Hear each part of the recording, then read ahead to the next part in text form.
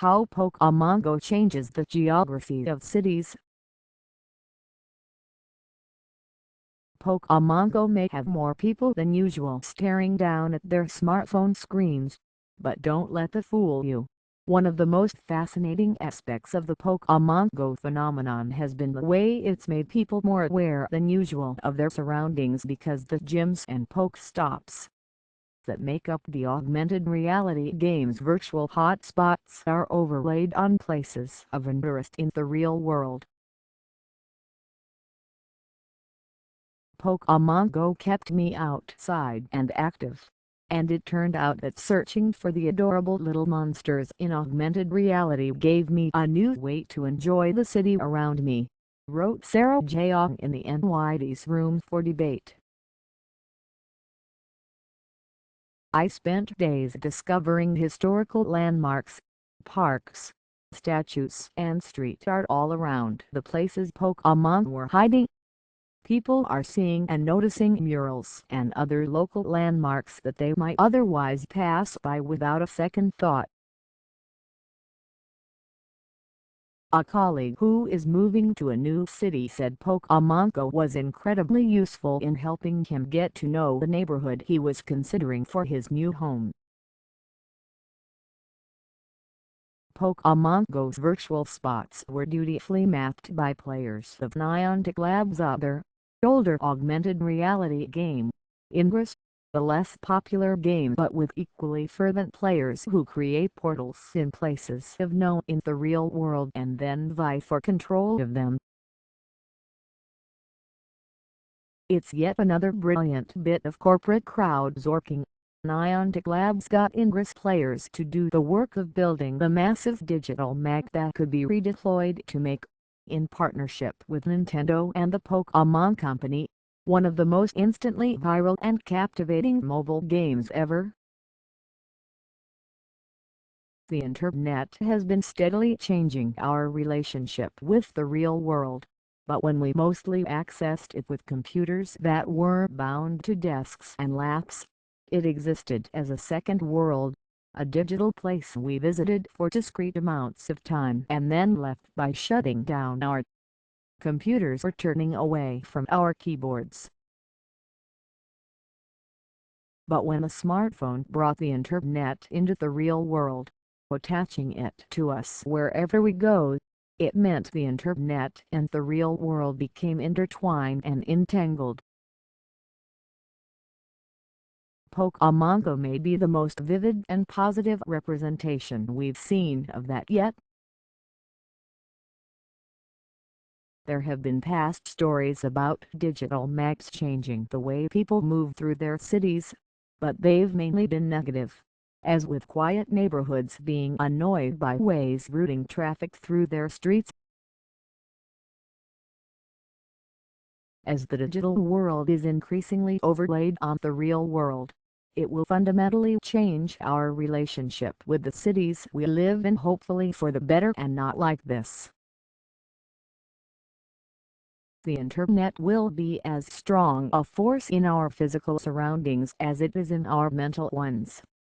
People have noticed problems with Pokémon Go maps.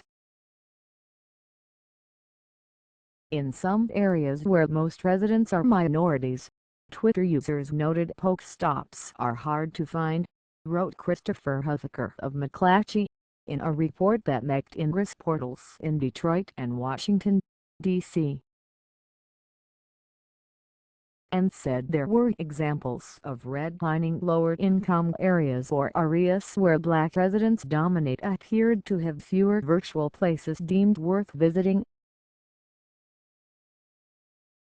Though when we re-examine these maps, it appears that Pokestops are actually widespread in these cities, visible if you zoom in. They're just not as active and thus don't show up in a zoomed-out view. Suburban and rural areas are also Pokestop deserts, notes Rolling Stone. But this, of course, is the problem when you rely on the geeky early adopters who play your smartphone AR game to map the world. It will reflect the world that they live in. The neighborhoods and places that Ingress players chose not to visit and map are not digitally represented in Pokémon Go's universe, while the things they find interesting, such as offbeat street art that wouldn't normally make it onto a city's tourism map, appear there.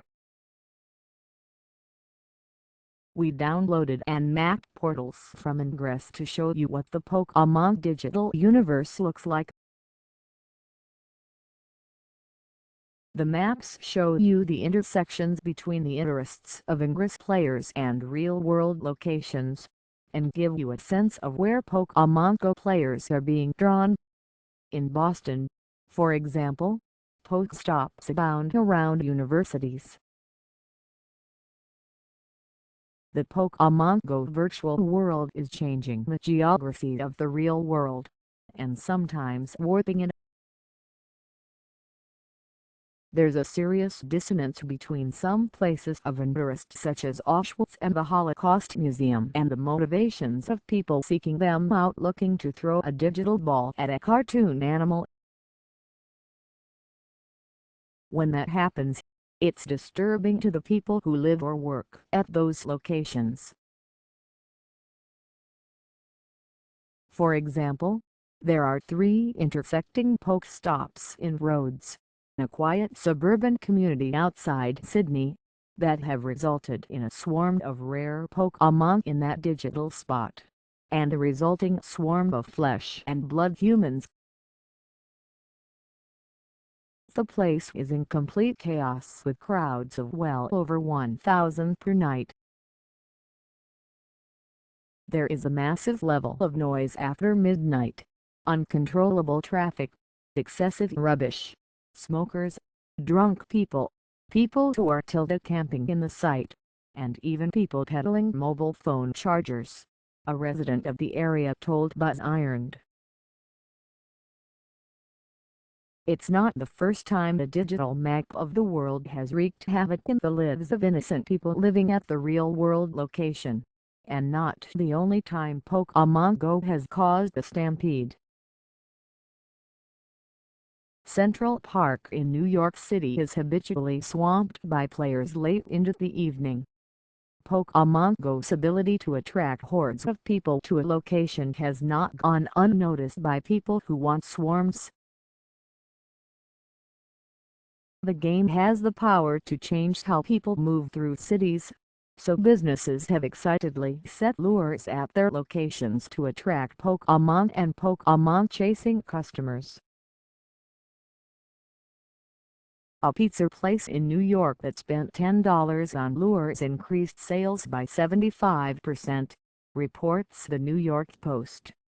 McDonald's Japan has the honor of being the first paying sponsor of Pokémon Go, reports Forbes. The company hopes to satisfy the appetites of players.